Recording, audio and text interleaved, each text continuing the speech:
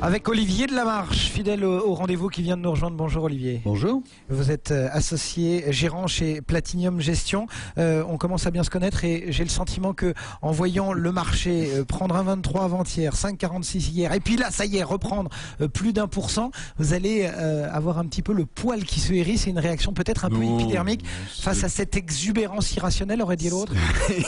Tout à fait. Non, c'est la course à l'échalote. À chaque fois, on espère que, comme la situation se dégrade de plus en plus, on se dit que forcément les gens vont faire quelque chose. Bon, ça fait 3 ans qu'ils font rien, ça fait 3 ans que la situation empire, mais à chaque fois, on attend du prochain sommet que ça vienne nous sauver. Et malheureusement, à chaque fois, on est déçu parce que il se passe rien. N'oubliez pas le dernier sommet qui était au mois de juillet. On a bien vu ce que ça donnait. On en attendait beaucoup. Il n'y a rien eu. Et là, c'est pareil. C'est comme les autres fois. Alors tout le monde s'excite sur cette adjudication ratée de l'Allemagne. À 2%, moi j'en aurais pas pris non plus d'ailleurs, parce que c'était quand même des taux très très bas. Et c'est pas la première qui rate, faut s'en souvenir un peu. Alors c'est vrai que les gens ont la mémoire courte, mais c'est pas la première qui rate d'adjudication. Dans l'histoire récente. C'est en aucun cas parce que il y a 35% de leur adjudication qui leur est restée sur les bras qu'il faut penser que ça y est, la fin de nos problèmes est arrivée. Donc malheureusement, vous n'avez pas, ce que je vous disais plusieurs fois, vous n'avez pas de 36 solutions. Il y a un moment ou à un autre où le règlement de cette crise se fera dans la douleur. Alors justement, vous l'avez longuement et souvent évoqué, l'histoire de la récession. C'est donc là-dessus qu'il faut compter désormais. C'est ce que semble en tout cas nous dire de plus en plus de monde qui viennent hurler avec vous, entre guillemets. Ça va nous amener à combien cette récession? À combien? Sur le CAC par exemple? Bah sur le CAC, on a déjà perdu largement depuis les plus hauts, 27% nous disait tout à l'heure Pierre Sabatier. Je vous ai donné moi les objectifs que je pensais qu'on atteindrait. C'est combien? Je pense qu'on ira entre 2000 et 2005, oui. Donc vous êtes d'accord avec la Société Générale qui voit le CAC à 2400 points d'ici 6 mois? Oui, mais enfin bon, vous savez, la Société Générale, elle vient de se réveiller. En début d'année, ils nous disaient que tout allait bien, et même jusqu'au mois d'août, ils nous disaient que tout allait bien et qu'on allait monter. Donc ils arrivent maintenant, ils vous donnent un chiffre.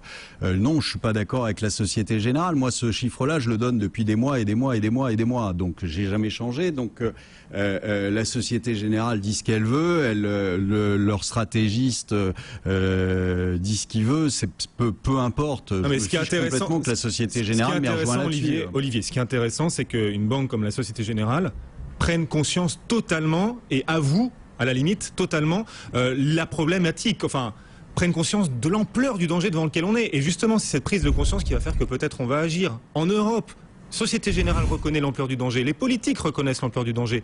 On nous parle maintenant d'une Europe plus intégrée. Ça fait 3 ans qu'il y a un danger. Oui, mais ça fait 3 ans qu'on fonce dedans. Ça fait 3 ans qu'on aggrave les choses. Et là, vous vous dites, ah bah ça y est, c'est la réunion qui va sauver le monde. Mais non, pas plus que la dernière fois, pas plus que celle d'avant. Arrêtez de rêver tout le temps. C'est bien de rêver, mais ça ne sert à rien. C'est vous qui faites des cauchemars. Vous faites des cauchemars permanents, Olivier. Vous voyez aucune solution. Mais c'est une réalité. Qu'est-ce que vous voulez que je vous dise? Vous m'avez dit la semaine dernière que j'avais une arithmétique bien spéciale. Oui, j'ai une arithmétique bien spéciale. On a commencé l'année à 3008, on vaut 3000, ça fait 800 points de perte. Voilà, ça c'est une arithmétique, c'est la mienne. Je suis désolé, mais c'est comme ça. Donc, non, mais ce qu'on comprend pas, c'est pourquoi ça continuerait ad vitam aeternam. Mais parce que vous croyez pas dans l'homme. Enfin, vous croyez pas dans la capacité de l'homme à agir, à essayer de retourner. Non, mais à un moment, c'est un problème philosophique quand même. Mais non, mais écoutez, il y a parce qu'on est dans la mouise, comme on dit, qu'on va y rester. Non, mais c'est pas pour ça qu'on va en sortir comme ça, par l'opération du Saint-Esprit. Arrêtez de croire toujours qu'il y a un Père Noël qui va arriver. C'est faux. Ça, on le voit depuis des mois et des mois. On le regarde. Lisez des bouquins d'histoire. Comment sont finies ces crises? Toujours mal Pourquoi ? Parce qu'il y a un moment où vous avez dépassé le point de non-retour. On l'a tous fait. On a dépassé le point de non-retour. On ne peut pas revenir en arrière. Quand on a fait une énorme bourde comme on l'a faite, on ne peut pas revenir en arrière comme ça, juste en claquant des doigts. On voit que c'est difficile. On voit que c'est difficile parce que les mécanismes européens sont compliqués. C'est les mécanismes européens que Mais c'est pas les mécanismes européens. Les Américains, ils sont pas sous mécanisme européen. Ils sont dans la même mouise que nous. Donc il faut arrêter. Alors c'est la démocratie qui est trop lente ?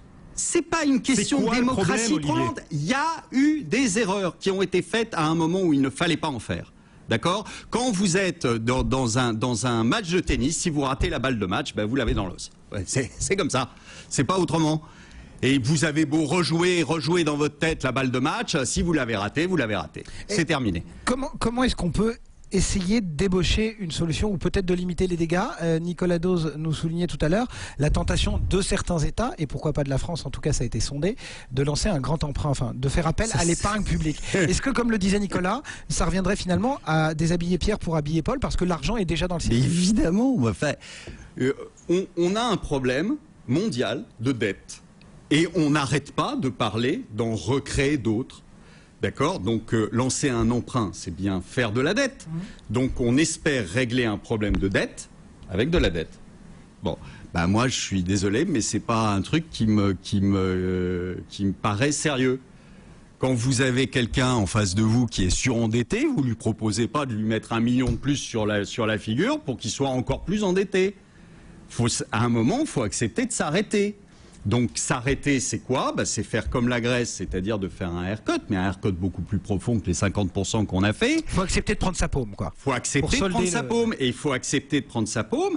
Le problème, c'est que malheureusement, tout le monde est dans cet état-là, donc il va falloir aller voir à un moment les créanciers et les regarder droit dans les yeux en leur disant « je ne vous rembourse pas ». Ça risque d'assez mal se passer. Voilà, c'est tout ce qu'on dit. On ne dit pas que c'est la fin du monde, on dit simplement qu'on a un système qui a dérapé. Ce système a tellement dérapé qu'il n'y a plus de retour en arrière possible, qu'aujourd'hui, il va falloir accepter de payer la note. Et que cette note, malheureusement, ça risque de nous entraîner très loin. C'est tout. Très loin, c'est quoi ? Très loin, je l'ai dit plusieurs fois. Arrêtez, Guillaume, de me dire à chaque fois. Mais il faut que vous l'assumiez. Très loin, oui, mais je l'assume. Alors dites-le. Il y a que moi qui assume ici. Donc arrêtez de me dire que j'assume pas. J'ai dit très loin. On peut avoir des émeutes exactement comme en Grèce. Ça peut aller jusqu'à une guerre. En histoire, ça s'est toujours soldé comme ça. Vous êtes quand même pessimiste. Non, je suis pas pessimiste. Je lis. Je lis ce qui s'est passé avant. Ouais, en tout cas, malheureusement, ça me donne pas de raison d'espérer beaucoup. La culture, ça peut rendre optimiste aussi quand même.